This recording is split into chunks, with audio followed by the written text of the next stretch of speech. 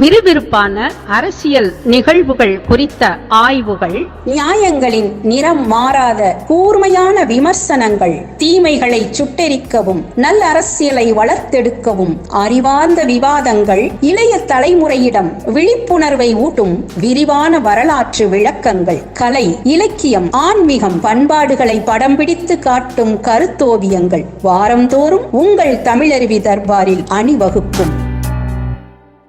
தமிழருவி தர்பார் நேயர்களுக்கு வணக்கம். திரைப்படங்களை திரும்பி பார்க்கிறேன் என்ற பகுதியை கடந்த சில மாதங்களுக்கு முன் நாங்கள் துவக்கினோம். அதில் சிவாஜி கணேசன் அவர்கள் நடித்த சில படங்களை பற்றி ஐயா அவர்கள் வெகு விளக்கமாக அதை பற்றி சொல்லியிருந்தார்.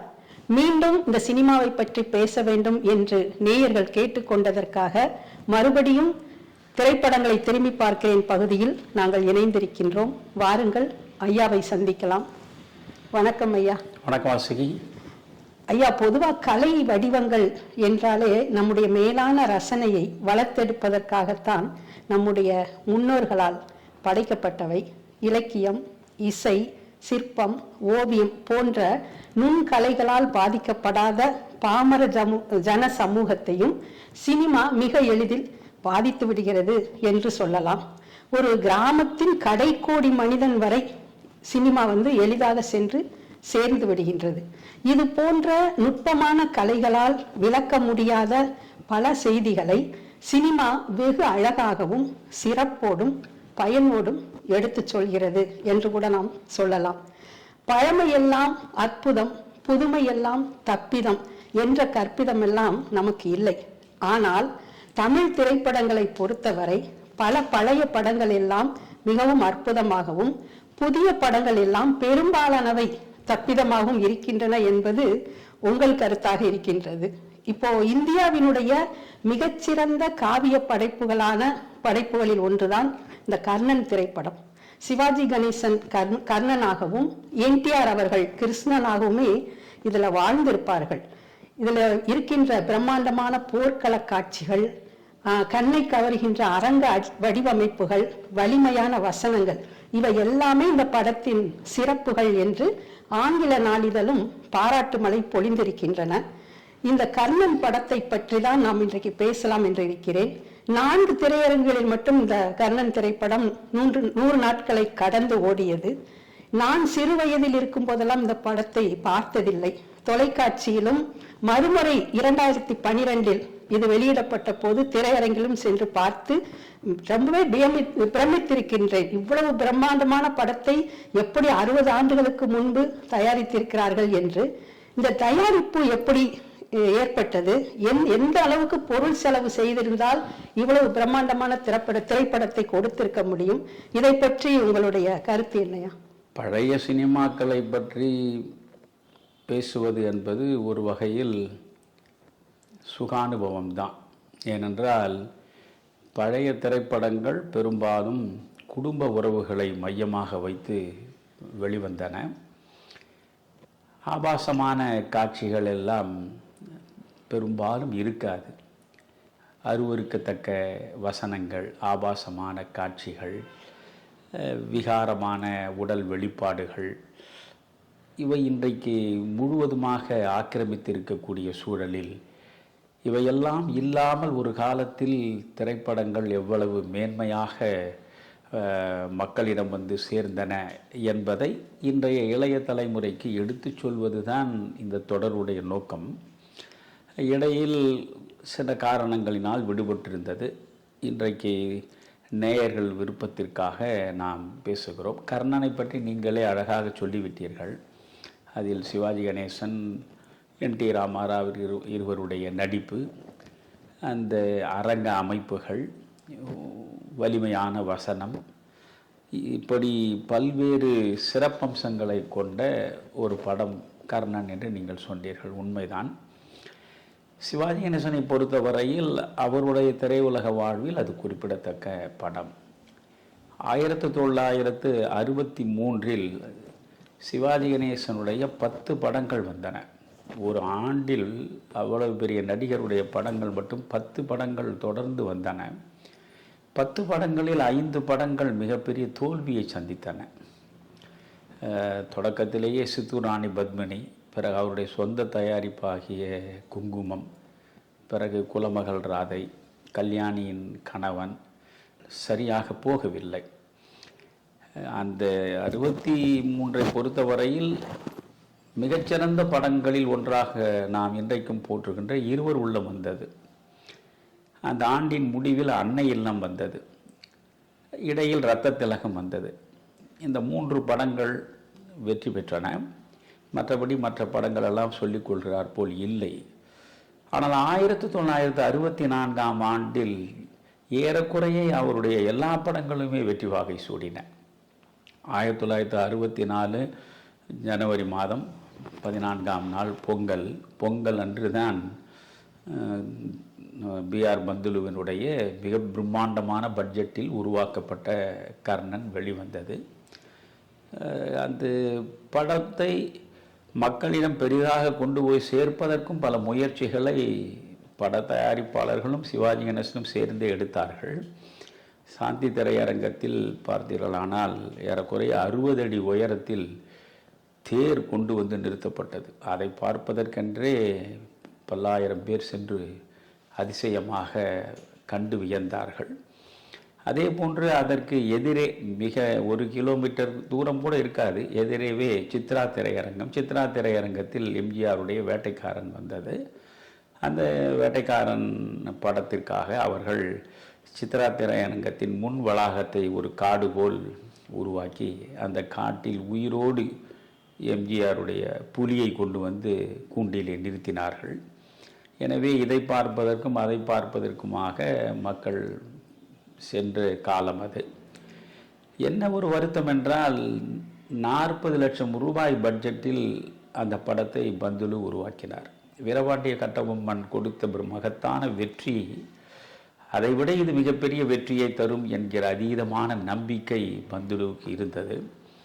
அதனால் அவர் 40 லட்சம் ரூபாய் என்பது இன்றைக்கு சாதாரணமாக ஒரு சின்ன பட்ஜெட்டு படம் 40 லட்சத்தில் எடுப்பது என்பது, அன்றைக்கு 40 லட்சம் என்பது இன்றைக்கு ஒரு 400 கோடிக்கு மேல் இருக்கும். சிவாஜி கணேசன் நடித்த படங்களிலேயே மிக அதிகமான பொருட்செலவு கொண்ட படமாக அப்பொழுது வந்தது கர்ணன் தான். எனவே அந்த படம் புராண படம், எல்லா வகையிலும் பிரமிக்கத்தக்க வகையில் இருக்க வேண்டும் என்பதற்காகவே போர்க்கள காட்சிகளை குருட்சேத்திரத்திலேயே போய் எடுத்தார். குருட்சேத்திர போர்க்களம் என்பதனால் பந்துலு குருட்சேத்திரத்திலேயே அத்தனை நடிகர்களையும் கொண்டு போய் நிறுத்தி இந்த படத்தை எடுத்தார். இதற்காக சென்னையில் ஏராளமான தேர்களை அவர்கள் தயாரித்து, இங்கிருந்து நீங்கள் குருட்சேத்திரத்திற்கு அந்த தேர்களை கொண்டு போகின்ற போக்குவரத்தையெல்லாம் யோசித்து பாருங்கள். அவற்றையெல்லாம் கொண்டு போய் அங்கே நிறுத்தினார்கள். ஜெய்ப்பூர் அரண்மனையில் முதலாக எடுக்கப்பட்ட தமிழ் படம் கர்ணன் தான். இப்படி பணம் என்று பாராமல் அள்ளி இறைத்து அந்த படத்தை பந்துலு உருவாக்கினார். தமிழில் வந்த முதல் ஈஸ்ட்மன் கலர் படமும் அந்த படம்தான். இவ்வளவு சிறப்புகளை கொண்ட படம். ஆனால் இதுபோன்று பெரிய பட்ஜெட்டும் இல்லை, மிகப்பெரிய திட்டமும் இல்லை. சாதாரணமாக எம்ஜிஆருடைய ஒரு பொழுதுபோக்கு படம் எப்படி இருக்குமோ, அதுவும் குறிப்பாக தேவருடைய படம் எப்படி இருக்குமோ அதே பாணியில் எடுக்கப்பட்ட படம்தான் வேட்டைக்காரன். ஆனால் வேட்டைக்காரன் ஓஹோ என்று ஓடியது. தமிழ்நாடு முழுவதும் வேட்டைக்காரன் மிகப்பெரிய வசூலை அள்ளி கொடுத்தது தேவருக்கு. நீங்கள் குறிப்பிட்டது போல அன்றைக்கு ஒரு 38 திரையரங்குகளில் கர்ணன் வெளியிடப்பட்டது. அப்பொழுதெல்லாம் தமிழ்நாடு முழுவதுமே 38-40 திரையரங்குகளுக்கு மேல் அவர்கள் பிரிண்ட் போட்டு வெளிப்படுத்த முடியாது. அந்த 38 இடங்களில் வந்தது, 4 இடங்களில் மட்டும்தான் 100 நாளை தொட்டது கர்ணன். ஆக ஒரு வகையில் பார்த்தால் பந்துலுவும் சிவாஜி கணேசனும் எதிர்பார்த்த அளவுக்கு இல்லாத நிலையில் கர்ணன் ஒரு தோல்வி படம்தான். ஆனால் அந்த கர்ணன் எந்த அளவுக்கு ஒரு காலத்தை வென்ற படம் என்பதை 2012இல் நாம் பார்த்தோம். 2012இல் அது மீண்டும் வெளியிடப்பட்ட பொழுது 76-78 தியேட்டர்களிலோ அதை வெளியிட்டார்கள். 5 கோடி ரூபாய் அது வசூல் செய்தது. ஒரு சாதாரண புதுப்படம் கூட செய்ய முடியாத வசூலை அது செய்தது. மறுபதிவு செய்தது. ஆமாம், அதாவது மீண்டும் ரீரிலீஸ் என்று சொல்வார்கள் அல்லவா, அது டிஜிட்டலில் முதலாக பரிசோதனை முயற்சி அதைத்தான் கொண்டு வந்தார்கள். அந்த படம் பெரிய அளவுக்கு 5 கோடி ரூபாயை அள்ளி கொடுத்தது. 100 நாட்கள் ஓடியது. ஆனால் இதையெல்லாம் பார்க்க பந்துலு இல்லை. பந்துலு காலத்தில் அது நட்டத்தை கொடுத்தது. பந்துலுடைய 100வது வயதை ஒட்டி நூற்றாண்டு விழா, அந்த நூற்றாண்டு விழாவுக்காக இதை மறுபடியும் வெளியிட்டார்கள். இல்லையென்றால் அந்த படம் அழிந்து போயிருக்கும். எத்தனையோ தமிழ் படங்கள் காலநடையில் கருகி எரிந்து சாம்பலாகிவிட்டன. ஆனால் இந்த படத்தை இவர்கள் காப்பாற்றி கொடுத்தார்கள் என்பதற்காக நாம் அந்த படத்தை காப்பாற்றியவர்களுக்கு நன்றி பாராட்ட வேண்டும். ஒரு மிக நல்ல படம். மிகச்சிறந்த முறையில் தயாரிப்பு துறையில் பொறுத்தவரையில் திட்டமிட்டு இதற்காக கடுமையாக உழைத்து 1963 தொடங்கி 1964 பொங்கல் அன்று வெளியிட்டது. தயாரிப்பு என்று நீங்கள் பார்க்கிற பொழுது பிரம்மாண்டமான முறையில் அதுவரை தமிழ் பட உலகத்தில் எஸ் வாசனுடைய சந்திரலேகாவை பற்றி தான் சொல்லுவார்கள். அது அகில இந்திய அளவில் வந்து செய்த படம். எனக்கு தெரிய அந்த படம் கூட அன்றைய நிலையில் 30 லட்சம் ரூபாய் செலவழிக்கப்பட்டது என்று நினைக்கிறேன். ஆனால் 1950களில் 30 லட்சம் ரூபாய் செலவழிக்கப்பட்டது. அது பெரிய படம் தான். இது வந்து 1960 தொடக்கத்தில் 40 லட்சம் ரூபாய் செலவழித்தது. ஆனால் 30 லட்சம் ரூபாய் செலவழித்து எஸ் வாசன் அதில் கோடி கோடியாக இந்தியா முழுவதும் அள்ளிவிட்டார். இதில் வந்து ஒரு பெரிய மன நட்டத்தை தான் பந்துலுவால் சந்திக்க முடிந்தது.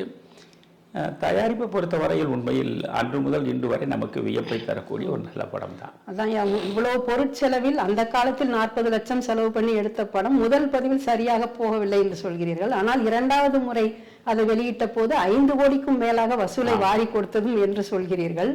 அந்த அளவுக்கு இந்த படத்தில் என்னென்னலாம் சிறப்பு அம்சங்கள் இருந்திருந்தால் மக்கள் அதை மீண்டும் போய் பார்த்திருப்பார்கள். இவ்வளவு தூரத்துக்கு ஒரு வெற்றி படமாகவும் அமைந்திருக்கும்.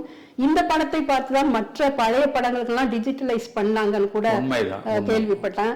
அந்த படத்தில் இருக்கின்ற அந்த கதாபாத்திரங்கள்லாம் எப்படி வெளிப்படுத்தியிருக்காங்க, எஸ்பெஷலி சிவாஜி கணேசனுடைய நடிப்பு, கர்ணனாகவே வாழ்ந்திருப்பார் இல்லையா, அதை பற்றிலாம் உங்களுக்கு பிடித்த காட்சிகள், இதை பற்றிலாம் கொஞ்சம் சொல்லுங்க. அதாவது வாசகிய மிகப்பெரிய விசேஷம் என்னவென்றால், தமிழ்நாட்டில் எப்படி சிவாஜி கணேசன் மிகப்பெரிய ஆகச்சிறந்த நடிகராக போற்றப்பட்டாரோ அதே போன்று என்.டி. ராமராவ் தெலுங்கு திரைப்பட உலகத்தின் முடிசூழா மன்னனாக இருந்தவர். இங்கே எப்படி நடிப்புக்கு சிவாஜி, மற்றபடி சூப்பர் ஸ்டார் சிவாஜியை விட எம்ஜிஆர் தான். நாம் விரும்பினாலும் விரும்பாவிட்டாலும் சிவாஜி படத்தினுடைய வசூலை விட எம்ஜிஆருடைய படம் கூடுதலாக வசூலிக்கும். ஆனால் சில சிவாஜியினுடைய படங்கள் எம்ஜிஆர் படத்தை எல்லாம் பின்தள்ளிவிட்டு பிரம்மாண்டமான வசூலை எல்லாம் உருவாக்கின. பட்டிக்காடா பட்டணமா போன்ற படங்கள் எல்லாம் வசூலிலேயே மகத்தான சாதனைகளை செய்த படங்கள். ஆனால் தெலுங்கில் நீங்கள் பார்த்தால் இங்கே சிவாஜி கணேசன் நடிப்புக்காக என்பது போல் அங்கே நடிப்புக்காக நம்முடைய நாகேஸ்வர் ராவ் தான். நாகேஸ்வர் ராவ் தான் பெரும்பாலும் சிவாஜி இங்கே நடித்த வெற்றி படங்களை தெலுங்கில் எடுத்தால் நாகேஸ்வர் ராவை தான் போடுவார்கள். ஆனால் நாகேஸ்வர ராவ் சிவாஜியை விட எம்ஜிஆருக்கு கூடுதலான ரசிகர் பலம் இருந்ததை போல நாகேஸ்வர ராவை விட கூடுதலான ரசிகர் பலம் என்.டி. ராமாராவுக்கு இருந்தது. என்.டி. ராமாராவை சொல்ல போனால் அவர்கள் கடவுளாகவே கருதினார்கள். அவர்தான் அவர்களுக்கு கிருஷ்ணன், அவர்தான் அவர்களுக்கு ராமன்.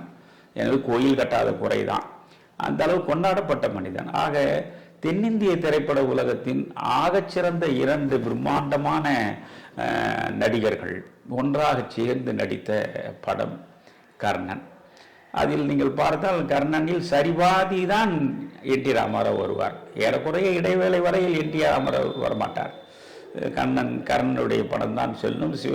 சிவாஜி கணேசன், துரியோதனாக வரக்கூடிய நம்ம அசோகன், பிறகு சிவாஜியின் மனைவியாக வருகிற சுபாங்கி, இவர்கள் சுற்றி தான் அந்த படம் ஏறக்குறை காட்சி வாரியாக போகும்.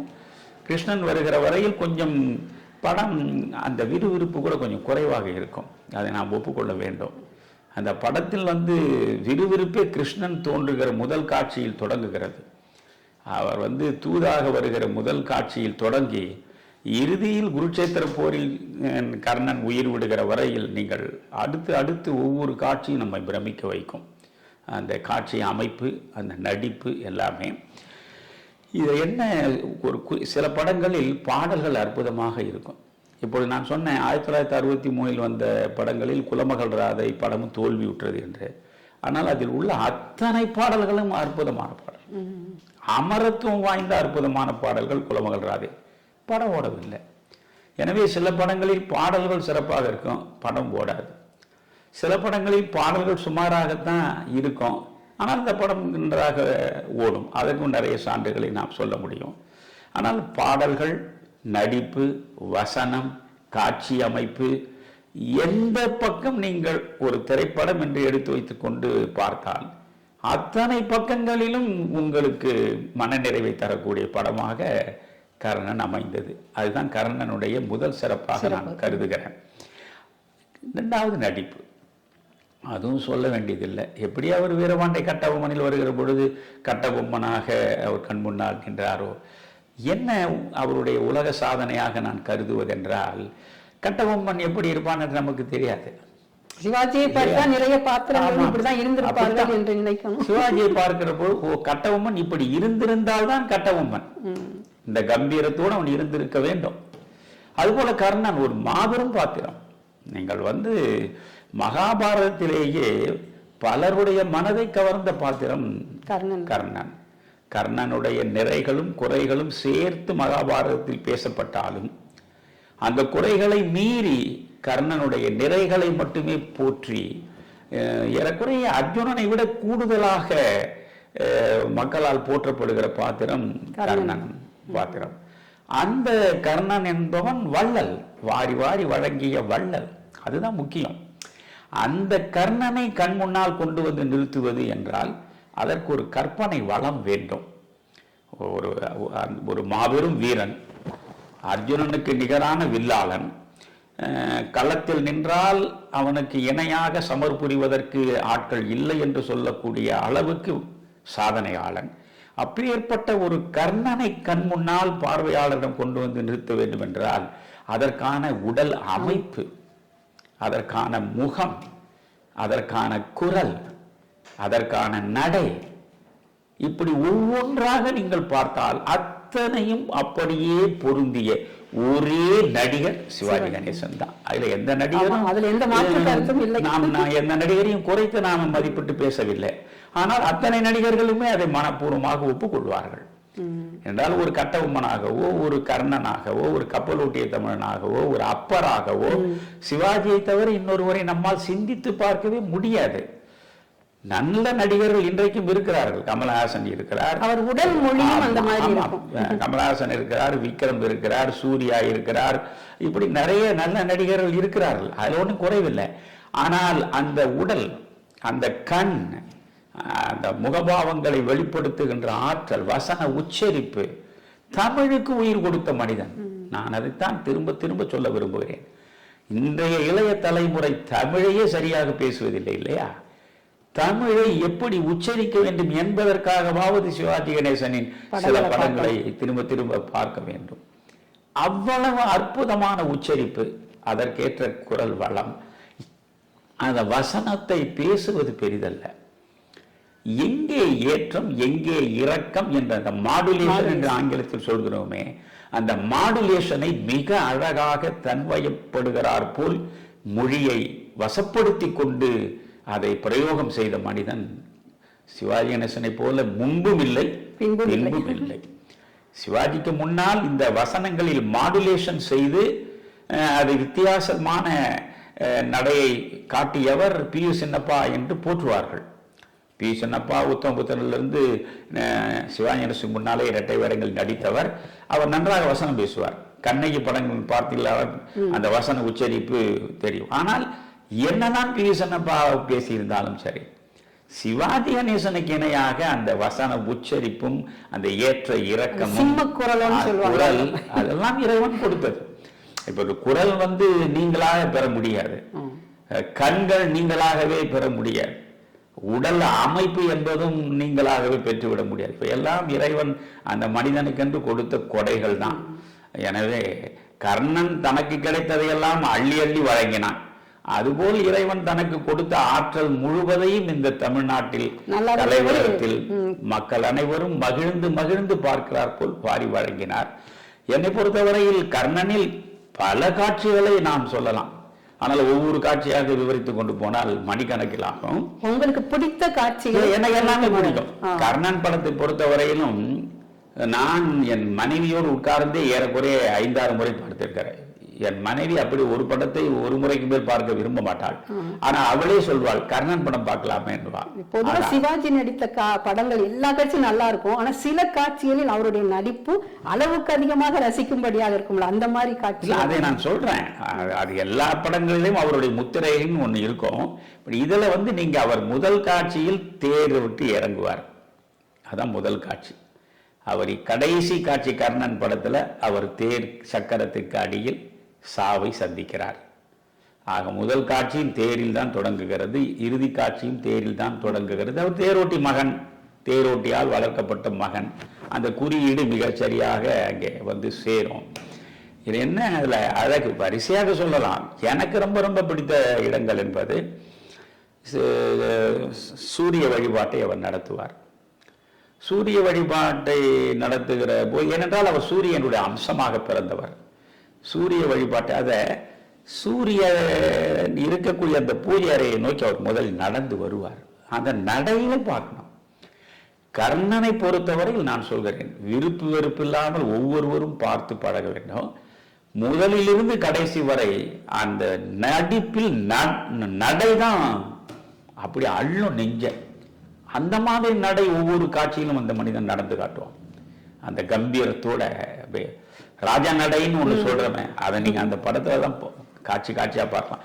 அப்படி கம்பீரமாக நடந்து அந்த இறைவனுக்கு முன்னால ஒரு சின்ன ஒரு பெஞ்சு மாதிரி இருக்கும். அது மேல அவர் அப்படி முழந்தாளிட்டு, அவர் உட்கார்வதே அழகு. அப்படி முழந்தாளிட்டு இருகரம் கூப்பி கர்ணனை பார்ப்பார்.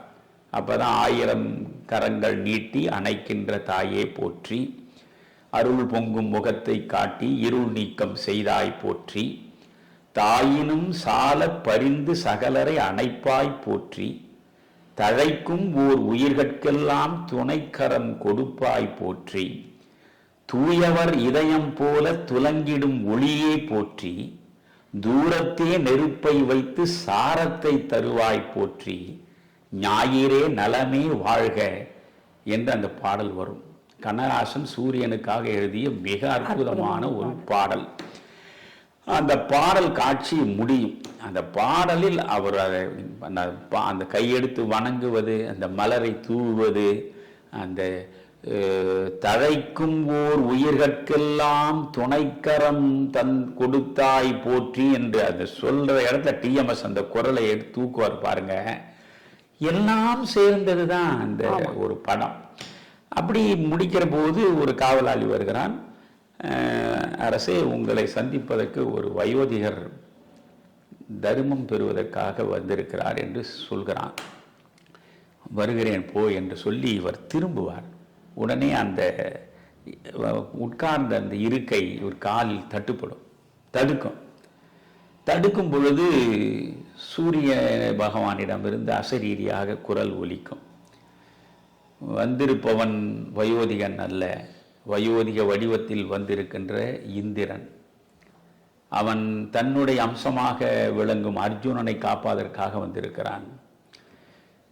அவன் உன்னிடம் கவச குண்டலங்களையும், கவசம் ஒன்று, குண்டலங்கள் ஒன்று, கவச குண்டலங்களை கவர்ந்து செல்வதற்காகத்தான் வந்திருக்கிறான். அவன் யாச்சகம் பெறுவதற்கு வந்தவன் இல்லை. எனவே அவன் கேட்டபடி செவியில் உள்ள குண்டலங்களையும் மார்பின் மீது இருக்கும் கவசத்தையும் நீ கொடுத்து விட்டால் ஒரு கட்டத்தில் அது உன் உயிருக்கு இறுதியாகிவிடும். அது இருக்கிற வரையில் உன்னை வெல்ல உலகத்தில் ஒருவராலும் முடியாது. அதனால் அர்ஜுனனுடைய நலனுக்காக அவன் உன்னிடம் இதை பறிப்பதற்கு வயோதிக வடிவத்தில் வந்திருக்கிறான், ஜாக்கிரதை என்று எச்சரிக்கை குரல் அசரீரியாக ஒலிக்கும். அதை கேட்டுவிட்டு பிறகு வெளியே வருவார். அந்த காட்சி என்னால் மறக்கவே முடியாது.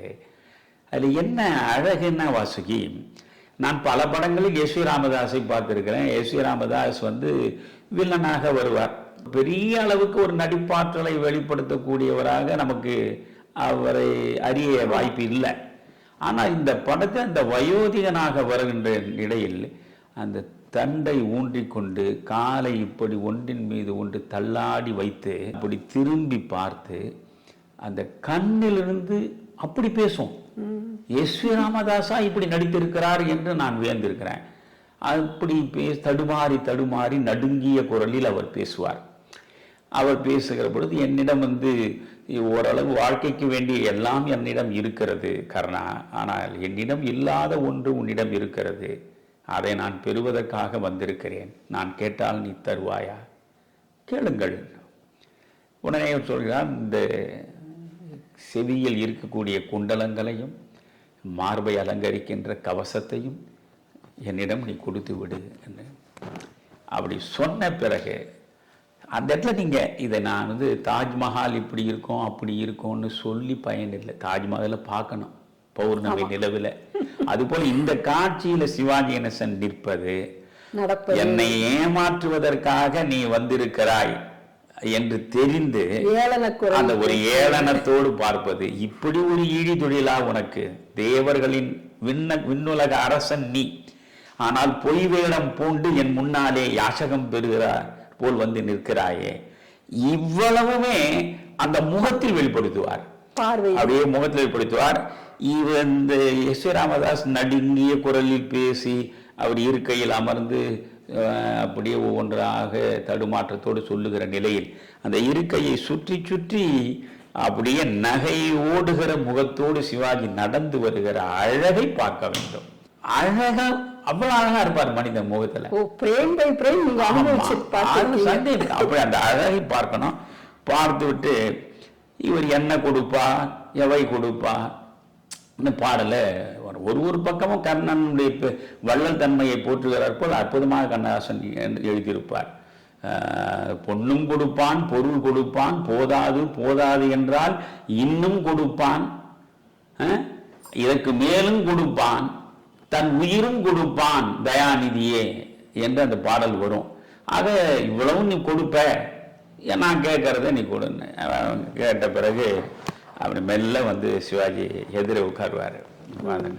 சொல்லுவோம். அப்புறம் ஒரு சிரிப்பு சிரிச்சுட்டு எழுந்து பார்த்தா தள்ளாடும் உடம்பு, ஆனால் அதற்குள்ளே தள்ளாடாத நோக்கம், பொய்யான வேடம், அதற்குள்ளே பொருள் பொதிந்த நாட்டம். அப்படின்னு பொய்யான வேடமா? நான் பொய் வேடம் போட்டிருக்கிறேனா? இன்னும் ஒன்றும் தெரியாத ஒரு மாதிரி இந்திரனாக இருக்கிற எஸ்.வி. ராமதாஸ் அந்த இடத்துல ரொம்ப அழகாக நடிச்சிருப்பாரு. நீங்கள் விண்ணுலக வேந்தன் இந்திரன் அப்படின்னு கர்ணன் சொன்ன உடனே இந்திரன் ஆயிடுவான். அப்போ அதுக்கு என்னிடம் கேட்பதற்கு பொய் வேடம் போட வேண்டிய அவசியம் இல்லை, நீங்கள் நேரடியாக கேட்டிருந்தாலும் நான் கொடுத்திருப்பேனே அப்படின்னு சொல்லி சூரியன் கொடுத்த எச்சரிக்கையையும் மீறி தன்னுடைய குண்டலங்களையும் மார்போடு பதிந்திருக்கக்கூடிய அந்த கவசத்தையும் அவர் எடுத்து கொடுக்கிற அந்த காட்சி, அந்த காட்சியில் எஸ்.வி. ராமதாசனுடைய நடிப்பு என்னை உண்மையிலே வியக்க வைத்தது. அந்த பாத்திரத்தை அப்படியே அவர் வாழ்ந்து காட்டியிருப்பார். சிவாஜி கணேசன் அந்த எள்ளல் சுவையோடு அந்த மனிதனை சுற்றி சுற்றி அவர் பார்க்கும் பார்வை, அவர் நடக்கும் நடை, அவர் கொஞ்சம் தூரம் சென்று ஒரு தூணை பிடித்து கொண்டு அப்படி திரும்பி பார்ப்பது எல்லாமே உங்களுக்கு என் மனக்கண் முன்னால் இப்பொழுதும் அப்படியே நிழலாடுகிறது. அது ஒரு அருமையான காட்சி. அங்கதேசத்து அரசனாக துரியோதனன் முடிசூட்டிய பிறகு முதலாக அங்கதேசத்து அரண்மனைக்குள்ளே ஒரு அடி எடுத்து வைப்பார். ஐயோ, எது நடையாது! அந்த வாசலிலிருந்து அந்த அரியாசனம் நோக்கி அவர் நடந்து வருவார். ஒரு நடை, அந்த நடையை நாம் ரசிக்க வேண்டும் என்பதற்காகவே தான் அவ்வளவு தூரம் நடக்க விடுவான். நீங்க எல்லா படத்துலையும் பார்த்தீங்கன்னா அந்த வாசலிருந்து அந்த அரியாசனம் வரை நடந்து வருவார். அந்த கம்பீரமான ஒரு மத யானை நடப்பது போல நடந்து அப்படியே திரும்பி அந்த அரியாசனத்தில் அமர்ந்து என்ன கம்பீரமாக அந்த முகத்தை மனுஷன் காட்டுவான் தெரியுங்களா? அவ்வளோ அழகா இருப்பார் அல்ல சிவாஜி கணேசன். அந்த இடத்துல அதுலேயும் எனக்கு ரொம்ப பிடிச்சது, நாணி சிவந்தன மாதரார் கண்கள், நாடுதோறும் நடந்து சிவந்தன பாவலர் கால்கள், நற்பொருளை தேடி சிவந்தன ஞானியர் நெஞ்சம், தினம் கொடுத்து தேய்ந்து சிவந்தன கர்ண மன்னன் திருக்கரமே அப்படின்னு பாடும்போது அது அந்த புகழை அவர் ஏற்றுக்கொள்ள தயங்குவது, எல்லை மீறி புகழ்கிறார்களே என்பது போன்று கூச்சப்படுவது, அதுவும் நாணி சிவந்த மாதரார் கண்கள்னு சொல்லும் போது சிவாஜியை காட்டுவான். நான் சொன்ன பிறகு நீங்க வேணா அந்த யூடியூப்ல அந்த இடத்த பாருங்க. அந்த நாணி சிவந்தன மாதரார் கண்கள்னு பாடும்போது சிவாஜி காட்டும் போது அந்த சிவாஜியின் முகத்துல இருக்கக்கூடிய ஒரு நளினம், ஒரு இங்கிதம், ஐயோ அப்படி ஒரு அற்புதமான வெளிப்பாடு. இந்த மாதிரியான சின்ன சின்ன நுணுக்கமான வெளிப்பாடுகளை கொண்டு வந்து சேர்ப்பதற்கு எந்த கலைஞராலும் முடியாது. இதிலெல்லாம் கம்பீரத்தை காட்டிய அந்த மனிதன் ஒரு குருவிடம் போய் சீடனாக இருக்கிற பொழுது எந்த பணிவு இருக்க வேண்டும் என்பதை அப்படியே முற்றிலும் மாறான நிலையில் அந்த வேடத்தில் அவர் வெளிப்படுவார். இது நடக்கும். எனக்கு ரொம்ப ரொம்ப பிடித்தது, இப்போ நீங்க பார்த்தீங்கன்னா கேளுங்கள் சொல்கிறேன் என்று நம்ம பதிவை போட்டோம். அந்த பதிவில் வந்து அடுத்து கர்ணன் படத்தை பற்றி நான் பேசுகிறேன்னு சொல்லியிருந்தேன். உடனே ஒருவர் பின்னூட்டத்தில் போடுறாரு, ஐயா அந்த படத்திலேயே மறக்க முடியாதது ஓஏகே தேவரும் சிவாஜி கணேசனும் சந்திக்கிற அந்த இடம் தான் ஐயான்னு. அப்ப யோசிச்சு பாருங்க, மனிதர்களையும் கவர்ந்திருக்கிற காட்சி அது. அதை நான் ஒரு 100 முறையாவது பார்த்திருப்பேன் வாசுகி. இந்த நம்மிடம் வந்து யூடியூப்ல இந்த படம் இருக்கிறதுனால எப்போ வேணாலும் பார்க்கலாம் இல்லையா. தோன்றும் போதெல்லாம் சும்மா உட்கார்ந்து இருந்தேன்னு வச்சுங்களேன், அந்த காட்சியை நான் போடுவேன். என் மனைவி அது எத்தனை முறை தான் பார்ப்பீங்க அப்படின்வா. அது எத்தனை முறை பார்த்தாலும் சலிக்கலடாமான்னுவேன். அதாவது ஒரு தேரோட்டியினுடைய மகனுக்கு இந்த மன்னனுடைய மகளை கொடுத்து விட்டோமே என்ற ஆற்ற முடியாத கோபத்தில் தவிப்பான் அந்த கனகன்னு. அவன் பேர் கனகன், அரசன், சிற்றரசன். அந்த அரசன் இவன் தேரோட்டி மகன் என்று தெரிந்த உடனே திருமணம் ஆன பின்பும் தன் மகளை வற்புறுத்தி இழுத்து கொண்டு வந்து விடுவான். தன் அரண்மனைக்கு இழுத்து கொண்டு வந்து அவளை அறைக்குள்ளே தள்ளி விடுவான். அவளை அறைக்குள்ளே தள்ளுகிற நேரத்தில் அவளை தேடிக்கொண்டு சிவாஜி உள்ளே வருவார். கர்ணன் உள்ளே வருகிறார். சுபாங்கி எனக்கு குரல் கொடுத்துன்னு உள்ளே வருவார். அந்த இடத்துல பார்த்தீங்கன்னா ஒரு கையில் அம்பரா தூணையும் ஒரு கையில் வில்லும், என்னமா மனுஷன் உள்ள நுழைவான். அப்படி வந்து சுவாங்கின்னு வரும்போது சுவாங்கி இல்லை, இவன் நிற்பான். ஓய்கேதவர் தான் கோபத்தோடு நிற்பான். மாமா அப்படின்னு சொல்றார். மாமன் யாரவன், மாமனாக்கியவன் யாரவன் அப்படின்னு. ஐயோ, ஓய்கேதவருக்கு ஒரு தனித்துவமான குரல், அழகான உச்சரிப்பு. அதிலும் வந்து நீங்க வந்து அந்த மனிதன் திறமைக்கு ஏற்ற அளவுக்கு புகழையும் பெருமையையும் உயர்வையும் பெறவில்லை என்பது எனக்கான வருத்தம். மிக திறமையான நடிகர் அவர், நாடகத்துறையிலே இருந்தே வந்தவர். அந்த குரல், அந்த பார்வை, அந்த கம்பீரம். அங்க சிவாஜி கணேசன் மட்டும் சிறப்பா நடிச்சா அந்த காட்சி எடுபடாது. அந்த இடத்துல அவருக்கு இணையாக நடிக்கணும். அதனால எப்பவுமே நீங்க பாருங்க, சிவாஜி கணேசனுடைய மிக முக்கியமான பாத்திரங்கள் உள்ள படங்களை பார்த்தீங்கன்னா அதுல ஒண்ணு அவருக்கு சமமாக எஸ் வி ரங்கராவ் இருப்பாரு, அல்லது அவருக்கு நேரா பாலையா இருப்பாரு, அல்லது அவருக்கு நேரா எம் ஆர் ராதா இருப்பார், இல்லைன்னா சகஸ்ரநாமம் இருப்பாரு, புரியுதுங்களா, இல்ல நாகையா இருப்பாரு. இப்படி பண்பட்ட குணச்சித்திர பாத்திரங்களை ஏற்று மிகச்சிறப்பாக தங்களை வெளிப்படுத்துகின்ற ஆற்றல் வாய்ந்த நடிகர்களைத்தான் தனக்கு எதிரான பாத்திரங்களில் நிறுத்தி அவர் தன்னுடைய நடிப்பை வெளிப்படுத்துவார். அதுதான் அவருடைய வெற்றியினுடைய ஆழம். ஐயோ, அவர் மிகச்சிறந்த நடிகர் ஆயிட்டு அவருக்கு முன்னால் நாம் வந்து தோற்று போய்விட்டால் எப்படி என்கிற கலக்கமே கணேசனுக்கு கிடையாது. அந்த கான்பிடன்ஸ், தன்னம்பிக்கை, தன் நடிப்பின் மீது தனக்குள்ள தன்னம்பிக்கை, அதே நேரத்தில் தனக்கு இணையாக ஒருவன் நடிக்க வேண்டும் என்ற எதிர்பார்ப்பு.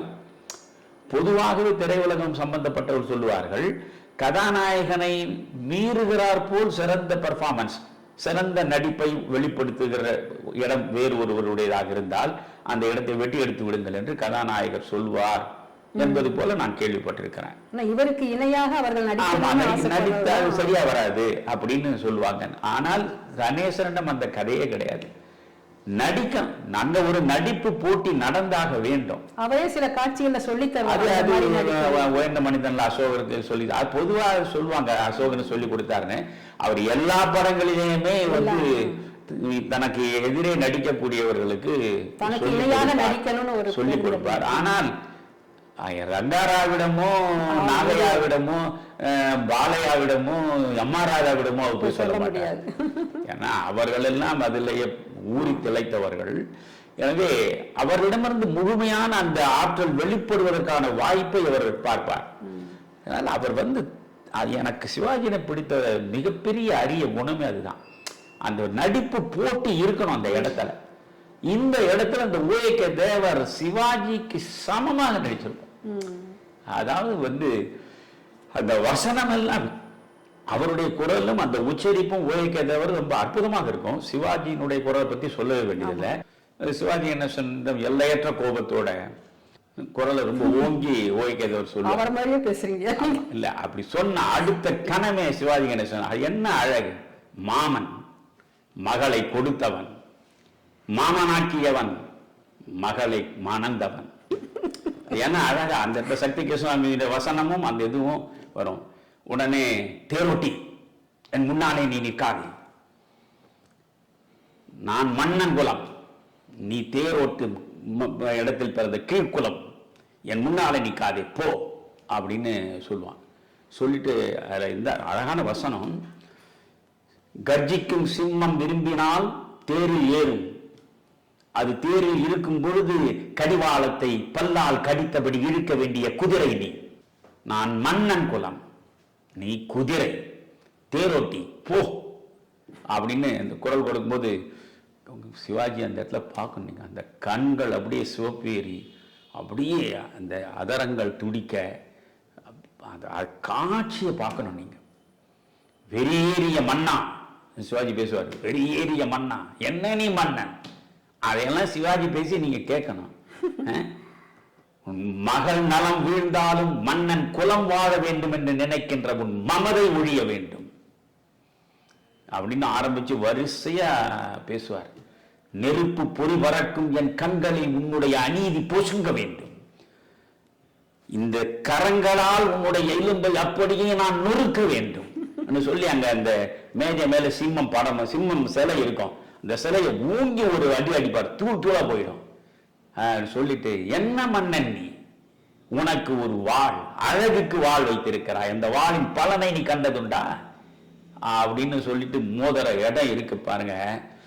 இதுக்கு இப்படி மோதிர பொழுது வேணும்னா சண்டைக்கு வாடான்ற மாதிரி வில்ல எடு, நீ வீரனாக இருந்தால் வில்ல எடு, நீ ஒரு வில்ல எடுப்பான். இதுக்குள்ள தன்னுடைய தந்தையின் உயிரை காக்க வேண்டும் என்பதற்காக திரைச்சீலைக்கு பின்னாலே இருந்து சுபாங்கி பேசுவதாக குரல் ஒலிக்கும்.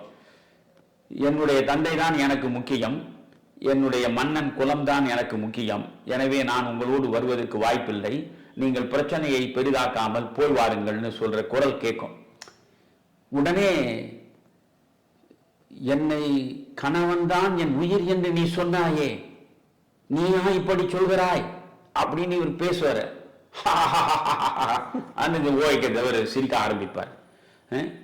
என்னை விட்டு அணுவளவும் பிரிய மாட்டேன், என் நிழலாக தொடர்வேன் என்று நீ சொன்னாயே சுபாங்கி, நீயா இப்படி பேசுகிறாய், அனுப்பினாலே சிரிச்சினே வருவான். இவர் அவமானத்தினால அந்த அப்படியே உடம்பே குன்றி அந்த முகத்தை முழுவதுமாக நீங்க காட்டும் போது சிவாஜியை பார்க்கணும்.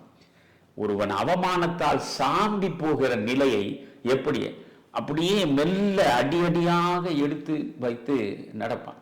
அவர் நடப்பாரு, பின்னாலேயே எரிச்சல் ஊட்டுகிறார் போல ஒவ்வொன்றுக்கு சிரித்து கொண்டே வருவார். அவர் ஒருவன் தான் சொல்ல சொல்ல ஆஹா உங்க முன்னால ஒருத்தர் தொடர்ந்து சிரிச்சுக்கினே சுத்தி சுத்தி எப்படி இருக்கும் உங்களுக்கு, இந்த சிரிச்சுக்கினே வருவார்.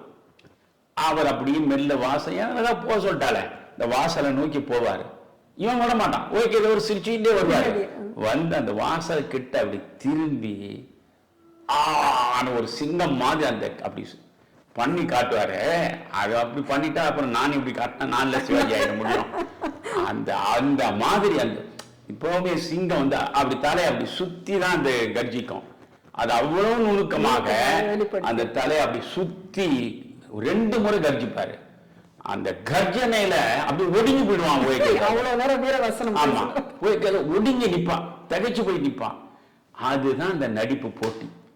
அது அந்த சிம்மம் மாதிரி இந்த முகத்தை காட்டி ஒரு சிரிப்பு சிரிச்சுட்டு இந்த வாசலோட போயிட்டு அங்கே ஒரு திரும்பி பார்ப்பாரு, அந்த வில்லோடு வச்சு என்னோட ஒரு திரும்பி அவனை பார்ப்பாரு. என்ன காட்சி தெரியுமா? அது 100 முறை கூட பார்க்கலாம். ஒரு நடிப்பு என்றால் எப்படி இருக்கணும், பார்வையாளர்களை பரவசப்படுத்துவதற்கு எப்படியெல்லாம் செய்யணும், அதெல்லாம் அந்த ஒரு காட்சி. கர்ணன் நான் சொல்லுவேன், அந்த ஒரு காட்சி போதும் கர்ணனுக்கு. சிவாஜிக்கு அந்த ஒரு காட்சி போதும். புரியுதுங்களா? அதே மாதிரி சிவாஜி கணேசன் உடைய நடிப்புல எனக்கு இன்னும் ரொம்ப பிடித்தது, ரொம்ப சின்ன ஒரு ஷார்ட் ஃபில்ம் அளவுக்கு தான் இருக்கும். ஆனால் அதுல சிவாஜியினுடைய நடிப்பை நீங்க பார்க்கணும். போர் அறிவிக்கப்பட்டு விடுகிறது, யார் கௌரவர்களினுடைய படைத்தலைவராக இருப்பது என்ற பிரச்சனைக்கு ஆலோசனை கூட்டம் நடக்கும்.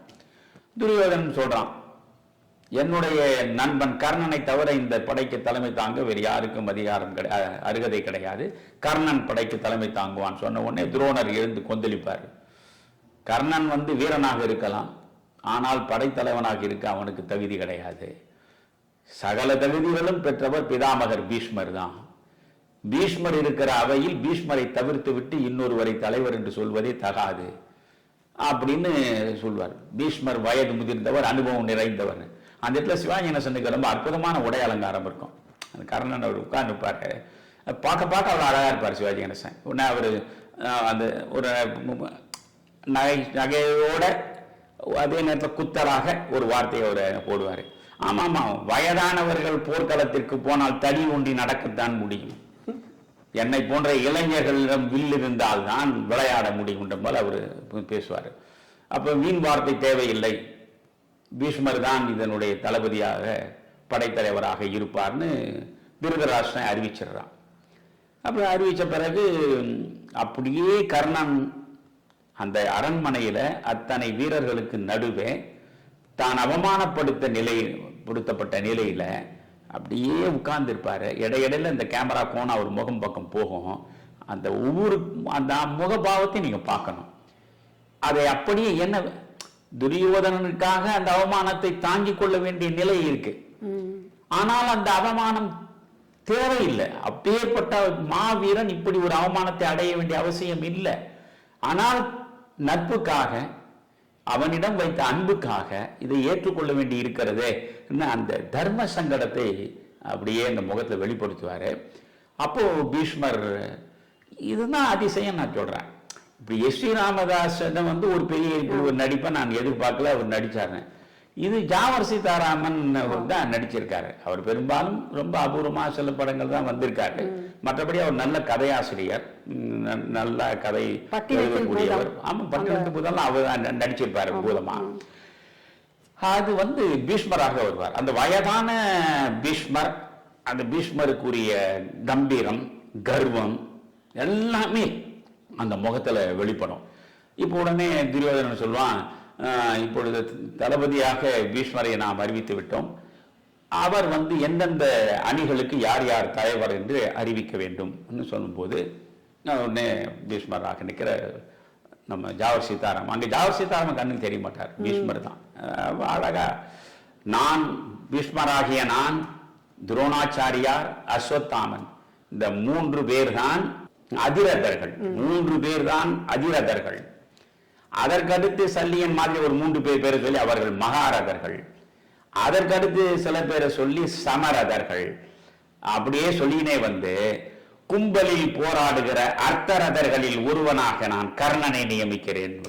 இந்த கும்பல்ல சண்டை போடுற இந்த ஆட்கள்ல கர்ணனை நான் நியமிக்கிறேன். அந்த இடத்துல ஒரு 2 நிமிஷம் தான் அந்த காட்சியா நான் கணேசனை நீங்க பார்க்கணும். அறையே இருக்கையிலிருந்து எது அவ்வளவு வேகமா அந்த வாளோட அப்படி பீஷ்மர் கிட்ட நின்று, அர்த்தரதனா நான், அந்த அந்த குரலும் அந்த கோபமும் அந்த வெளிப்பாடும் அந்த முகபாவமும் அப்படி இருக்கும். அர்த்தரதனா நான், ஒரு கோழையை போல் கும்பலில் போரிடுவதற்கான அர்த்தரதனா நான். பீஷ்மரே, நீங்கள் உண்மையிலேயே வீரனாக இருந்தால் என்னோடு போரிடுங்கள் பார்க்கலாம். வாழ விரும்புவான். உடனே பீஷ்மர் அவர் வாழ விடுவார். வந்து நடுவில் தடுப்பான். கர்ணா, எனக்காக நீ இதையெல்லாம் பொறுத்து கொள்ள வேண்டும் அப்படின்னு சொல்லிட்டு. அப்போ அந்த இடத்துல நண்பனாக இருக்கான், இவனுக்காக எத்தனை அவமானத்தை தான் பொறுத்துக்கிறது. இருந்தாலும் அந்த இடத்துல இந்த வாழை உள்ள போட்டுட்டு பிறகு எடுத்து ஒரு சபதம் இடுவார். என்னை அவமானப்படுத்திய இந்த பீஷ்மன் களத்தில் நிற்கிற வரையில் கர்ணன் களத்திற்கே வரமாட்டான், இது சத்தியம் நான் சொல்லிட்டு அதை சொல்லிட்டு நடக்கிற நடை ஒரு 2 நிமிடம் அந்த தர்பார்ல அந்த காட்சியை அப்படி அனல் பறக்கும். அதை சிவாஜி தான் செய்ய முடியும். மொழியினுடைய உயிர் தத்துவத்தை மிகச்சரியாக அறிந்து கொண்டு அதை அப்படியே பயன்படுத்துவது எல்லாராலும் முடியாது. அதை அவர் மிகச்சிறப்பாக செய்தார். இந்த காட்சி அதற்காகவே எனக்கு ரொம்ப பிடிக்கும். குந்தி தேவியும் அவரும் சந்திக்கிற சந்திப்பு, அது ஒரு கர்ணன் படத்திலேயே எல்லோரையும் நெகிழ வைக்கக்கூடிய சந்திப்பது. அந்த தாயும் மகனும் சேர்ந்து சந்திப்பது, அதை பற்றியெல்லாம் சொல்ல ஆரம்பிச்சேன்னா நேரம் அதிகமாகும் வாசிக்க. ஆனால் அந்த சந்திப்பு முழுவதுமே சிவாஜி, எம்.வி. ராஜம்மா இயல்பாகவே நன்றாக நடிக்கக்கூடிய பெண்மணி. அதனால் அந்த இடத்துல ஒரு தாய் தன்னுடைய ஆசையை வெளிப்படுத்தி மகனை தன்னோடு அழைப்பதற்காக வருகிற காட்சி, அந்த இடத்துல அது எப்படியெல்லாம் கணேசன் அந்த வசனங்களுக்கு உயிர் கொடுப்பாருன்றதை பார்க்கணும். அவ்வளோ அழகா, நீ தான் என் மகன், நீ மூத்த மகன், இந்த 5வருக்கும் தலைமை தாங்க வேண்டியவன் நீ, அதனால் இந்த துரியோதனெல்லாம் விட்டு விட்டு நீ வந்துடணும்னு சொல்லும்போது என்ன அழகா அதை 2 முறை திரும்ப சொல்கிறார். சோதனை அம்மா இது, தாயே இது சோதனை அப்படின்ட்டு என்னை அரசனாக்கியவன் அவன், அரசன் மகளை எனக்கு மனமுடித்து வைத்தவன் அவன், அரசர்களுக்கு நிகராக என்னை புகழ் உச்சியில் உட்கார வைத்தவன் அவன். அவன் எப்படிப்பட்டவன் தெரியுமா தாயே? ஒரு சம்பவத்தை நான் உங்களுக்கு சொல்கிறேன் அவன் சொல்லிதான் அந்த சொக்கட்டான் ஆடுகிற பொழுது துரியோதனன் வருவது, துரியோதனனை பார்த்து விட்டு பானுமதி, இங்க சாவித்திரி பானுமதி பேரு எழுந்து நிற்பது, தோற்று போகிற நிலையில் எழுந்து ஓடுகிறாயா என்று அவசரத்தோடு அந்த இடைக்கட்சியை பிடிப்பது, கச்சையில் இருந்து முத்துக்கள் அப்படியே சிதறி ஓடுவது, அந்த நிலையை திரும்பி பார்க்கும்போது துரியோதனன் நிற்கிறான். சர்வாங்கமும் ஒடுங்கிய நிலையில் சிவாஜி கணேசன் நிற்பார். ஏனென்றால் செய்யக்கூடாத மாபெரும் தவறை செய்துவிட்ட நிலையில் அப்படியே நிற்கிற போது சிரித்த முகம் மாறாமல் அங்கே துரியோதனன் ஓரளவு நிறைவாகத்தான் அந்த படம் முழுக்க அசோகன் செய்திருக்கிறாரு. அவர் இந்த சிதறிய முத்துக்களை எடுக்கவோ கோர்க்கவோ அதாவது இந்த இடைக்கச்சையை நான் பிடித்து இழுத்தேன், முத்துக்கள் எல்லாம் சிதறி ஓடினேன் சொல்லுவேன். ஐயோ ஐயோ அப்படியா செய்தார் அப்படின்னு அந்த அம்மா துடிப்பா. ஏன்னா மாற்றான் மனைவியினுடைய முந்தானையை பிடித்து இழுத்துட்டேன்னு சொல்லும் போது அது அவ்வளவு துடிச்சு பொங்குவா. ஐயோ அப்படின்னு அம்மா, அவன் முத்துக்களை சிதறிய முத்துக்களை எடுக்கவோ இல்லை கோர்க்கவோ என்று சொன்னானே, அவன் தெய்வம் அம்மா. அந்த இடத்துல நீங்க சிவாஜியை இந்த கண்ணையெல்லாம் அவன் தெய்வம் அம்மா. உடனே எம்.வி. ராஜம்மா குந்தி கேட்கிறா, அவ்வளவு நல்லவனா துரியோதனன்? ஊருக்கு எப்படியோ, எனக்கு அவன் கடவுள் அம்மா, எனக்கு அவன் கடவுள் சொல்ற இடம். அந்த நீ வான்னு சொன்னா நான் வர முடியாதுன்னு மறுத்துறது. அங்க வசனம் சக்தி கிருஷ்ணசாமி அழகா எழுதியிருப்பாரு. ஒன்று புரிந்துகொள், நான் இறந்தால் உன்னுடைய மக்கள் 5, அர்ஜுனன் இறந்தால் என்னோடு சேர்ந்து உனக்கு 5 உனக்கு மக்கள். அதனால அர்ஜுனனை மட்டும் விட்டுட்டு மற்ற எல்லாரையும் நான் கொள்வதில்லைன்னு சத்தியத்தை செய்து கொடுக்கிறது ஒரு வரம். 2வது வரம், அந்த நாகாசுரத்தை ஒரு முறைக்கு மேல் பயன்படுத்தக்கூடாது என்று அவள் கேட்கிற இடம். அந்த 2வது வரத்தை கேட்கிற போதே ஆஹா, இதன் பின்னால கிருஷ்ணன் தான் இருந்திருக்கான், கிருஷ்ணன் தான் சொல்லி இந்த அம்மாவை அனுப்பியிருக்கான், இது கிருஷ்ணன் நடத்துகிற நாடகம், அதை புரிந்து கொண்டு அது பேசுகிற இடம் இருக்கு பாரு சிவாஜி, அவ்வளவு அழகா இருக்கான். அம்மா, இது எங்கிருந்து யார் நடத்துகிற நாடகம் என்று எனக்கு தெரிகிறது அம்மா. சரி, நான் ஒரு முறைக்கு மேல் அந்த நாகாசுரத்தை அர்ஜுனனுக்கு எதிராக பயன்படுத்த மாட்டேன் சொல்லிட்டு அந்த பெட்டி, அந்த குழந்தை வந்து பெட்டி, அந்த பெட்டி மேலே கை வச்சுன்னு சொல்ல, எது நடக்க வேண்டுமோ அது நடக்கும்மா, விதியை யாரால் மாற்ற முடியும். அந்த காட்சி இருக்கு பாருங்க, மறக்கவே முடியாதது. கர்ணன் படத்திலேயே எல்லா பெண் மக்களையும் அப்படியே உருக செய்த ஒரு அற்புதமான காட்சி அது. அதான் உங்களுக்கு பிடித்த, நீங்கள் மிகவும் ரசித்து பார்த்த காட்சிகள் ஒவ்வொன்றாக இப்ப நீங்க விளக்கி சொல்லிட்டே இருந்தீங்க. ஆனாலும் தமிழக மக்கள் எப்படி சிவாஜி கணேசனை கொண்டாடுகிறார்களோ அது போன்று ஆந்திராவில் உள்ளவர்களும் என்டிஆர் அவர்களை கொண்டாடக்கூடிய அளவிற்கு மிக சிறப்பான நடிகர். அவரும் இந்த படத்தில் பங்கேற்று கிருஷ்ணனாக வேடம் தரித்து நடித்திருக்கிறார். இந்த படத்தில் என்டிஆருடைய கதாபாத்திரம் அந்த கிருஷ்ணன் வேடத்தில் எந்த அளவுக்கு பரிணமிக்கிறது என்பதை பற்றி சொல்லுங்க. அதாவது என்டிஆர் நடிக்க வேண்டியதே கிடையாது. அவர் வந்து அவரை கிருஷ்ணன் வேடத்தில் கொண்டு வந்து நிறுத்தி விட்டாலே போதும். அதில் வந்து அவர் அந்த கண்ணை காட்டும் விதம், அந்த முகத்தை அவர் விதவிதமாக வைத்துக்கொண்டு எல்லாமே வந்து உங்களுக்கு பார்த்தீங்கன்னா ரொம்ப அற்புதமான. கிருஷ்ணன் அந்த வந்து சூழ்ச்சியை செய்து தானே பாண்டவர்கள் வெற்றியை தேடுவதற்கான வாய்ப்பை கிருஷ்ணன் உருவாக்கி கொடுக்கிறான். அதனால அந்த சூழ்ச்சியின் நாயகனாக அந்த பேசுவது, சிரிப்பது எல்லாமே, அந்த கழுத்தில் இருக்கிற மாலை, கையில் ஒரு சின்ன ஒரு பூவு, அந்த காட்சியில வந்து நீங்க தனியாக அவர் நடிக்கணுன்ற அவசியமே கிடையாது. ஆனா நான் என்ன சொல்வேன்னா, அந்த படத்தில் அவர் வந்து நிக்கிற போதுதான் கர்ணன் எழுந்து நிக்கிறான். கர்ணன் திரைப்படமே எழுந்து நிக்குது. ஏன்னா அது வரைக்கும் வந்து அந்த விறுவிறுப்பு என்பது கொஞ்சம் குறைவுதான் படத்துல. அவர் முதல்ல இந்த தூதுவராக வந்து சமாதானம் பேசுகிற இடத்தில் தொடங்கி, அதற்கு பிறகு கடைசியில் அந்தணன் வேடத்துல வந்து தர்மத்தை கேட்டு இப்பொழுது அவன் அம்பு அடி அவன் செத்துருவான்னு சொல்ற வரைக்கும் அற்புதமா பண்ணியிருப்பார் மனுஷன். அது சிவாஜி கணேசனுடைய நடிப்பு என்பது அது வேற. இவர் வந்து அப்படியெல்லாம் நடிக்கணுன்றது இல்லை இவருக்கு. இவர் வந்து நின்று பண்ணா போதும். அதுல என்ன அவருடைய ஸ்பெஷாலிட்டின்னா, அந்த முகத்தை காட்டுவது, ஒரு கள்ளத்தனமாக சிரிப்பது, குறும்புத்தனமாக பேசுவது, இதை எல்லாமே ரொம்ப இயல்பாக அதுல அவர் செய்திருப்பாரு. நான் சொல்வது, அந்த கிருஷ்ணன் பாத்திரம் கர்ணனில் மிகப்பெரிய அளவுக்கு வெற்றி பெற்றது என்றால் அதுல 100 விழுக்காடு எல்லா பெருமையும் என் டி ராமாராவுக்கு நான் சொல்ல மாட்டேன்.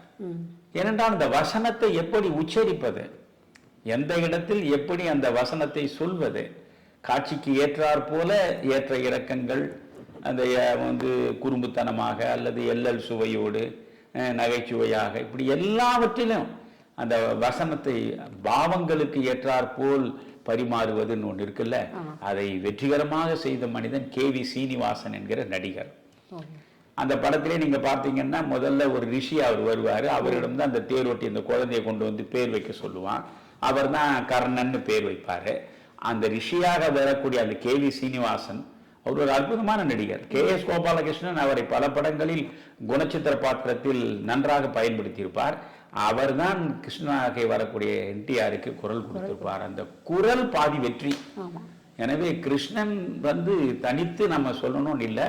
அவர் சமாதான தூது வந்ததிலிருந்து கடைசியில் உள்ளத்தில் நல்ல உள்ளம் உறங்காது என்பது வல்லவன் வகுத்ததடா என்ற பாடல் வரைக்கும் பார்த்தீங்கன்னா, அதை விட கடைசியில ஐயோ என் அண்ணன் கர்ணன் என்று தெரியாமல் நான் கொன்று விட்டேனே கிருஷ்ணா, என்னை இந்த பாவம் செய்ய வைத்து விட்டாயே, நான் என் அண்ணனை கொன்று விட்டேனே என்று புலம்புற போது அர்ஜுனன், அண்ணனை நீ கொன்றாயா? அவனை ஏற்கனவே 6 பேர் கொன்று விட்டார்கள். 6 பேர் கொன்று போட்ட சடலத்தின் மீது நீ அம்பை எய்தி விட்டு நான் கொண்டேன் என்று பேசுகிறாயே என்று அந்த பட்டியலை போடுகிற போது, கடவுளே கிருஷ்ணாவதாரமே நேரா வந்து நம் முன்னால் தரிசனம் தந்தது போல NTRுடைய நடிப்பு. ஐயா, இந்த படத்தில் உள்ள பாடல் காட்சிகள், பாடல்கள் பார்த்தீங்கன்னா இலக்கிய தரம் வாய்ந்ததாக தான் இருக்குது. இன்றைக்கும் இந்த பாடல்களை கேட்டால் சலிப்பதே இல்லை. இந்த படம் எடுத்து முடித்து 60 ஆண்டுகளுக்கு மேலானாலும் கூட இந்த பாடல்களுக்கு மட்டும் வயதே ஆகவில்லை என்று தோன்றுகிறது. ஏனென்றால் இன்றைய இளைஞர்கள் கூட விரும்பி கேட்கின்ற அளவிற்கு இந்த பாடல்களின் தரம் இருக்கின்றது. இன்றைய இசை கலைஞர்கள் போட்டிகளில் பங்கு கொள்ளும் போது கூட இந்த பாடலை எல்லாம் எடுத்து பாடி நான் பார்த்திருக்கிறேன். இந்த பாடல்களுக்கு இசையமைத்த இரட்டையர்களான விஸ்வநாதன் ராமமூர்த்தி அவர்களுடைய இசையமைப்பு பற்றியும், கவிஞர் அவர்கள் இதில் எழுதிய சில பாடல்கள் குறித்தும், உங்களுக்கு இந்த படத்தில் பிடித்த பாடல் எது, அதை குறித்தும் கொஞ்சம் சொல்லுங்கய்யா. அதாவது வாசுகி, இந்த படத்துடைய வெற்றிக்கு முக்கியமான காரணங்களில் ஒன்று கண்ணதாசன் விஸ்வநாதன் ராமமூர்த்தியினுடைய இணைப்பில் உருவான பாடல்கள். இதில் என்ன அழகுன்னா, இந்த படத்தில் பெரிதும் சிறிதுமாக 14 பாடல்கள் இடம்பெற்றுள்ளன. இன்றைக்கு நீங்கள் ஒரு 4 பாடல்களை கூட பார்க்க முடியாது. 14 பாடல்களுமே அற்புதமானவை. இந்த 14 பாடல்களையும் எந்தவித தடையும் இல்லாமல் இவர் எழுத, அவர் இசை அமைக்க ஒரு வாய்ப்பை உருவாக்கி தர வேண்டும் என்பதற்காக பந்துலு இங்கிருந்து இருவரையும் பெங்களூருக்கு அனுப்பி அங்கே உட்லண்ட்ஸ் விடுதியில் அவர்களை தங்க வைத்து எழுத வைத்தார். நீங்கள் எப்படியும் ஒரு வாரம் 10 நாட்களுக்குள் இந்த 14 காட்சிகளுக்கு ஏற்ற பாடல்களை எழுதி வாருங்கள் என்று. 2 நாட்களில் 14 பாடல்களையும் கண்ணதாசன் சொல்ல, விஸ்வநாதன் அற்புதமாக அதற்கு கம்போசிங் செய்து பாடல்களை முழுமையாக முடித்து விட்டார்கள். அது ஒரு அதிசயம். 2 நாட்களில் 14 பாடல்கள் என்பது. நீங்கள் பார்த்தீங்கன்னா, முதல்ல இந்த சூரியனை பற்றி பாடுகிற பொழுது அது மாதிரியாக ஒரு சூரிய வணக்கத்தை எனக்கு தெரிய வேறு யாரும் எழுதியதா தெரியலை. அவ்வளோ அற்புதமாக அந்த 1000 கரங்கள் நீட்டி அணைக்கின்ற தாயை போற்றி என்ற பாடல் ஒரு அழகான பாடல். அதே போல் நீங்கள் அந்த வள்ளல் தன்மையை வெளிப்படுத்துகிறார் போல ஒன்று டிஎம்எஸ் பாடுவார், அடுத்தது சீர்காழி. மழை கொடுக்கும் கொடையும் ஒரு 2 மாதம், வயல் கொடுக்கும் கொடையும் ஒரு 3 மாதம், பசு வழங்கும் கொடையும் ஒரு 4 மாதம், பார்த்திபனாம் கர்ணனுக்கோ 4 மாதம். என்ன அழகாக அந்த வள்ளல் தன்மையை வெளிப்படுத்துகிற அந்த பாடலை கம்பீரமான குரல்ல சீர்காழி பாடுவார். அதற்கு பிறகுதான் நீங்க பார்த்தீங்கன்னா பிபிஎஸ் இந்திரனுக்கு பாடுற பாட்டு, என்ன கொடுப்பான் எவை கொடுப்பான் என்று இவர்கள் எண்ணும் முன்னே அவன் இன்னும் கொடுப்பான், இவையும் போதாதென்றால் பொன்னும் கொடுப்பான் பொருளும் கொடுப்பான், இவையும் போதாதென்றால் தன்னை கொடுப்பான் தன் உயிரும் கொடுப்பான் தயாநிதியன்னு பாடுறது. அது பிபிஎஸ் வச்சு. இந்த பக்கம் பார்த்தீங்கன்னா நீங்க நாணி சிவந்தன மாதரார் கண்கள்னு பாடுறது, அதை அழகா திருச்சி லோகநாதனை பாட விட்டுருப்பார்.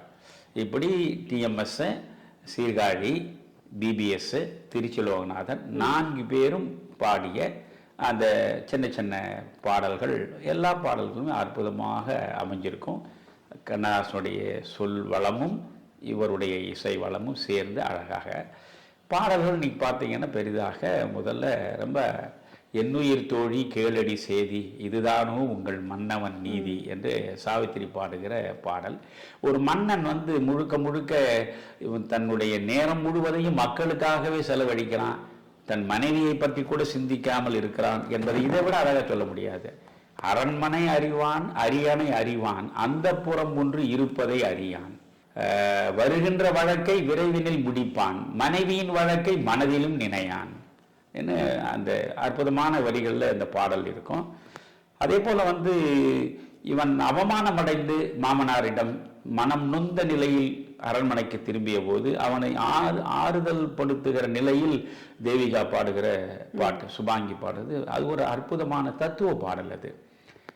அது கண்ணுக்கு குலமேது கண்ணா கருணைக்கு இனமேது, விண்ணுக்குள் பிரிவேது விளக்குக்குள் இருளேது. என்ன அழகான வார்த்தைகள் ஒன்றும் நீங்கள் பார்க்கணும். அந்த பாடல் முழுவதையுமே நீங்கள் பார்த்தீங்கன்னா கண்ணதாசனுடைய ஒரு தத்துவ சாயலோட அந்த பாடலை கொடுத்துருப்பார். அந்த பாடல் ஒரு பக்கம். அதே மாதிரி எனக்கு ரொம்ப பிடித்த பாட்டில் ஒன்று உண்டு, ஆனால் அந்த படத்தில் இருந்து எடுத்துட்டான். இப்போ இதை கேட்க கூட முடியாது. மகாராஜன் உலகை ஆளுவான், இந்த மகாராணி அவனை ஆளுவாள்னு ஒரு பாடல். அற்புதமாக டிஎம்எஸும் சுசீலாவும் போட்டி போட்டு பாடிய சுத்த கர்நாடக இசையில் வந்த பாடல் அது. அது படத்தினுடைய நீளம் கருதி பாடலுடைய எண்ணிக்கை அதிகமாகிவிட்டது என்று கருதி ஒரு கால் தணிக்கை செய்திருக்கலாம். ஆனால் மிகச்சிறப்பான பாடல் அது. இப்படி ஒரு ஒரு பாடலையும் நீங்க பார்க்கிற போது எனக்கு ரொம்பவும் இலக்கிய தரம் பத்தி பேசுனீங்கல்ல, அப்படியே சங்க இலக்கிய சாறு பிழிந்து கொடுத்தார் போல ஒரு பெண்ணினுடைய ஏக்கத்தை வெளிப்படுத்துகிற பாடல் தான் கண்கள் எங்கே நெஞ்சமும் எங்கே. அது அந்த பாடல் முழுவதையுமே நீங்க பாருங்க. கண்ட போதே சென்றன அங்கே. அதுல என்ன அழகுன்னா பெண்ணினுடைய விரகதாபத்தை வெளிப்படுத்துகிற அழகழகான வார்த்தைகளை போட்டிருப்பார். அந்த மணி கொண்ட சரம் ஒன்று அனல் கொண்டு வெடிக்கும் மலர் போன்ற இதழின்று பனி கண்டு துடிக்கும் துணை கொள்ள அவன் இன்றி தனியாக நடிக்கும் துயிலாத பெண்மைக்கு ஏனிந்த மயக்கம். இனமென்ன குலமென்ன குணமென்ன அறியேன் ஈடொன்றும் கேளாமல் என அங்கு கொடுத்தேன். கொடை கொண்ட மத யானை உயிர் கொண்டு நடந்தான் குறை கொண்ட உடலோடு நான் இங்கு மெலிந்தேன். என்னமா பாட்டு! இது ஒரு சாதாரண சினிமா பாட்டாது. அது எவ்வளவு அழகாக இலக்கிய தரத்தோட எழுதியிருப்பார். அதுக்கு அற்புதமான இசை அப்படி புகுந்து விளையாடிப்பார். இந்த படத்தை பொறுத்தவரையில் நீங்க பார்த்தீங்கன்னா இசை சாம்ராஜ்யத்தையே இரட்டையர்கள் நடத்தியிருப்பாங்க. அதுவரையில் அதிகமாக பயன்படுத்தப்படாத தில்ருபா, சந்தூர், அப்புறம் ஷெனாயி, இப்படி எல்லாவற்றையும் புதிய புதிய இந்துஸ்தானி இசைக்கும் பயன்படுத்துகின்ற பெரும்பாலான இசைக்கருவிகளை இதுல பயன்படுத்தியிருப்பாங்க. பாடத்தின் பாடல் முழுவதுமே கர்நாடக இந்துஸ்தானி இசையை மையமாக வைத்து எழுப்பப்பட்ட பாடல்கள் தான். பிறகு உள்ளத்தில் நல்ல உள்ளம் உறங்காது என்பது வல்லவன் வகுத்ததடா, அழகான பாடல். அது மன்னவர் பணி ஏற்கும் கண்ணனும் பணி செய்ய உன்னடி பணிவானடா கண்ணா. அது வஞ்சகன் கண்ணனடா. அந்த வார்த்தையெல்லாம் பார்க்கணும். செஞ்சோற்று கடன் தீர்க்க சேராத இடம் சேர்ந்து வஞ்சத்தில் வீழ்ந்தாயடா. அது மாதிரி அந்த பாடல் முழுவதுமே மிக அழகாக எழுதப்பட்டு சீர்காழியால் பாடப்பட்டது. என்ன ரொம்ப வியக்க வைத்தது என்னன்னா, ஒரு கீதோபதேசத்தை என்னமா ஒரு 10-12 வரிகள் அவர் எப்படி கொடுக்கிறாரு. அதுதான் நீங்க பார்க்கும்போது கவிஞருடைய ஆற்றல், அதை பாடியிருக்கிற சீர்காழியுடைய கம்பீரமான குரல், அந்த காட்சி எல்லாவற்றையும் நீங்க பார்க்கணும். மிக மிக மிக அற்புதமான அது கீதாச்சாரம் தான் அது. மரணத்தை எண்ணி கலங்கிடும் விஜய மரணத்தின் தன்மை சொல்வேன். மானிடர் ஆன்மா மரணமெய்தாது மறுபடி பிறந்திருக்கும். மேனியை கொள்வாய் உன் வீரத்தில் அதுவும் ஒன்று. நீ விட்டு விட்டாலும் அவர்களின் மேனி வெந்துதான் தீரும் ஓர் நாள். என்னை அறிந்தாய், எல்லா உயிரும் எனதென்றும் அறிந்து கொண்டாய். கண்ணன் மனது கல்மனதென்றோ காண்டீபம் நழுவ விட்டாய். மன்னனும் நானே, மக்களும் நானே, மரம் செடி கொடிகளும் நானே. சொன்னவன் கண்ணன், சொல்பவன் கண்ணன். கண்ணனே காட்டினான், கண்ணனே சாற்றினான், கண்ணனே கொலை செய்கின்றான்.